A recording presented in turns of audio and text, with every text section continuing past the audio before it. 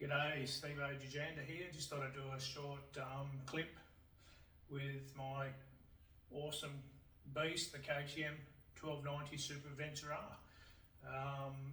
This is my second KTM 1290 Super Adventure R that I've done 3 reasonably big trips throughout Australia in the last few years. In 2022 I went through the centre, the Outback Way, the Great Central Road through Uluru, and I did the whole Outback Way actually. That's a road that goes from Perth through to Cairns. So I rode all the way through there and then got to Cairns and I did a short ride up to the Lions Den and then zigzagged my way through the East Coast through absolutely mind-blowing landscapes. And some of the best riding I'd ever done that particular year.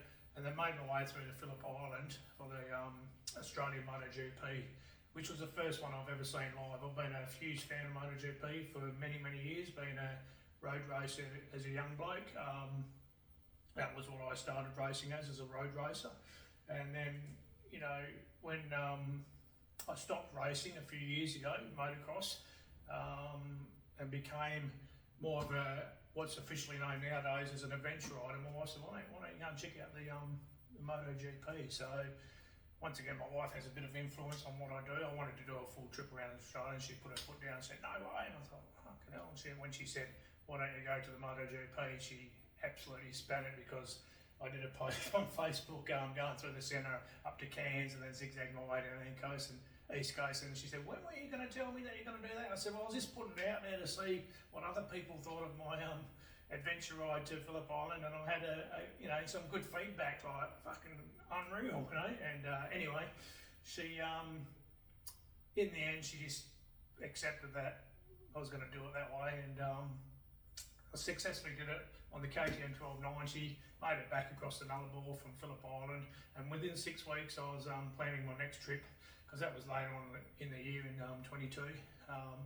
And then the following year I decided to go up to Arnhem Land on a bike, because it's a place that we visited many years ago, just like Cape York as a family.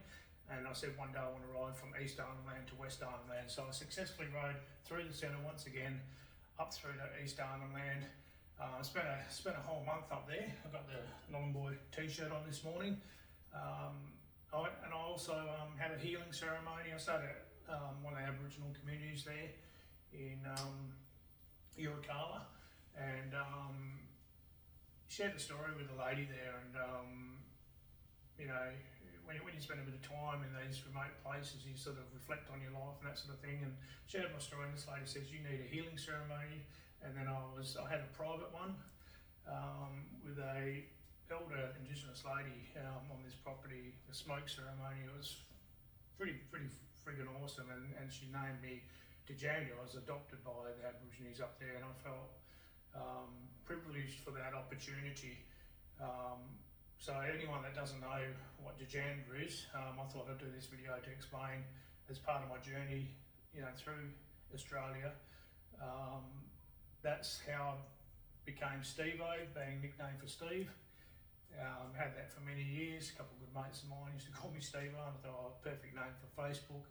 And then Djanda is my newly adopted name from 2023, when I spent a month up in East Arnhem Land. So yeah, in 23 I did that, and then went back through the Kimberleys up through to Cape Leveque, where I've spent a journey up there doing solo adventure riding. And I did my first couple of talks up there about my adventures on the KTM 1290 Super Adventure R with the Aboriginal school kids at Lombardina, and then at One Arm Point. And that was a great moment, because many years ago when I was up there, I was on a dirt bike, and I rocked up to one of those remote communities, and the kids swarmed me because I love bikes. You know, what kid doesn't love bikes? And it was a memory that stuck in my mind, you know, forever. So I think that's where the passion and the the adventure of going to those remote communities has stuck with me for all these sort of years. Now in 2024 I bought a new bike, because I almost I sold the other one. It only done 43,000 Ks and it's still purring like a kitten. There's absolutely nothing wrong with it. And I've got the 890 still, so I was going to just use that for adventure riding because that's running like a dream as well. And anyway, I sold my KTM 1290 and I had a Yamaha R1. I've had superbikes the last 2 decades, and I was going to buy a Panigale V4 SP because I thought, you know, there comes a time in life you think you can still ride, want to get my dream bike, and you know, I've had four different Yamaha R1s, and I just thought, why not get the Panigale? I can afford it. You know, there's an opportunity there. There's 4 over east that were like brand new that just hadn't been ridden. A lot of these Ducati riders, not all of them, but a lot of them, they buy them, they just put them in the lounge, and there's 4 of them at the time on the market over east. And I negotiated a really good price with, actually I negotiated with all 4 of them online. It's kind of, I had them all, you know, I guess I was just over about a month and a half, 2-month period. And, you know, almost purchased one, but by the time I got it back, registered it, the fact that it was now at a new bike warranty, I thought, oh, not that I think that I'd have a problem with it, but you never know with that much high tech on such a late model bike. I think it's peace of mind to have a bit of warranty. But anyway, I changed my mind because KTM they must have been starting to go through financial hardship because the price of a new KTM was like not much difference to the price of what I sold my other one for. So as much as I love the 890 for local rides and adventure riding, this thing here comes into its own on big trips that I've been doing, and I was kind of missed it. It's just got a beautiful comfortable seat, the riding position's beautiful, and through twisty mountains on the bitumen it's good, and also off-road it's fucking awesome. So I purchased another one and yeah, did the trip up to Cape York. Once again, going through the centre 4 times in 3 years. I went through the centre of Australia. Absolutely love it. Uluru, love it. Alice Springs, spent a week in Alice Springs on the way back from Cape York. I loved it. You know, all the bad riff-raff that's on the social media and on the news.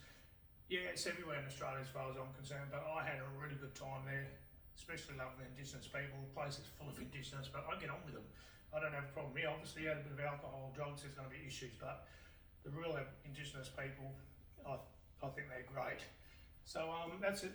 You know, that's where I'm at with my KTM 1290. I'm hanging on to this one for the time being until I decide on the next model. I would love to get the new 1390 Super Venture R, but at the moment with KTM just securing finance to recommence production of their bikes, I think they've still got a fair way to go to you know, successfully get out of this deep hole that they've dug themselves, because in all honesty 10 years of profits and then all of a sudden boom, you know, it blew my mind at the time. I've never been a KTM person until I purchased the 890 and the 1290, so you know, if I need to make a change to another model, not need to, but if I choose to, it won't be a big issue. The fact is, these bikes are friggin' awesome. You've got easy access to the air filter up in here. The low slung tank makes it handle fantastic. It's pretty much just a big dirt bike. And you know, a lot of people say you're crazy riding such a big bike, but being an experienced rider, and as we change through life, you know, you just realise that what these bikes are designed for. I know there's not a huge market for them compared to the smaller, or the new 390 that's coming out, or CRF 300 or CF Moto 450, but for someone like me that's ridden superbikes for many years, coming from a background of racing motocross on and off for a few decades, you know, the last dozen superbikes I've had with 200 horsepower plus, this is 160, it was just a perfect fit. And initially when I test rode, I thought, oh, this is crazy, but when I had the KTM for about 6 months, I adjusted to that sort of feeling of the KTM, of how great they were, and then took it for another test ride and thought, you know what, I'm ready to get one for my bigger trips. And yeah, this is just I'm trying to keep these videos short. Like Peter told me in his review of my a response to one of my posts asking what do you think of my videos. This is the first time I've shot in the panoramic view, so I can post this on YouTube. I reactivated my YouTube page. I've only did a couple of little short videos that I put it on there because like I said, I'm not very good at editing and that sort of thing, but I'll cut this video here and then maybe do another video about the different things that I travel with and how I set up the bike, tyre pressure, if you want to know. If you don't, doesn't matter, but I'll do it anyway. Be a good reference check for myself. And how I maintain my bikes. A lot of my bikes, like people think heavier. I know when I'm travelling through remote communities, I say a couple of the people that might ride bikes that I'm into, they say, have you been off-road with this? And I say, yeah, heaps. They can't get over how immaculate the bike is, but that's me riding solo. If you're riding in a group ride, you'll get showered by a heap of, stones, dust, whatever, because you're in a group ride, When I'm riding solo, literally, I might come up behind a vehicle or another bike, or a group of bikes, and because I'm riding at my own pace, I'm never really in a hurry, but I do like to ride at a reasonably good pace. That's just in my DNA. Can't help myself. Once a rev head, always a rev head sort of thing, or a racer.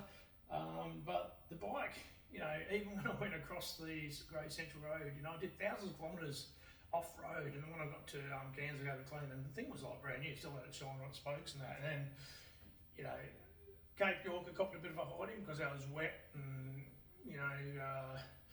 had a bit of mixture of dirt, and that really grinds into your alloys and that sort of thing. But the thing is, when I'm doing these big rides, I like to stop and give it a clean in between, whether it's in Darwin or whether it's in Cairns or wherever, because those car wash pressure cleaner things, just give them a spray, let it soak a bit, give it a good wash, and then a little bit of WD-40 on the metals just keeps it, in pristine condition, and it's a perfect opportunity to check the bike over to make sure that there's no loose spokes, check those, because bolts on new bikes, and whatnot come loose,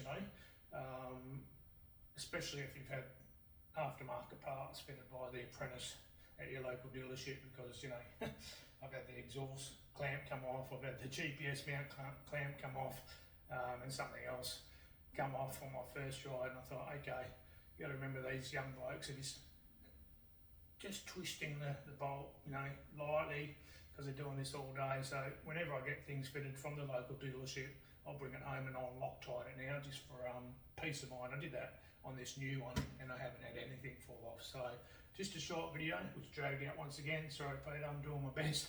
I'll leave it there, and hopefully this turns out all right. Cheers. Talk to you soon. Cheers.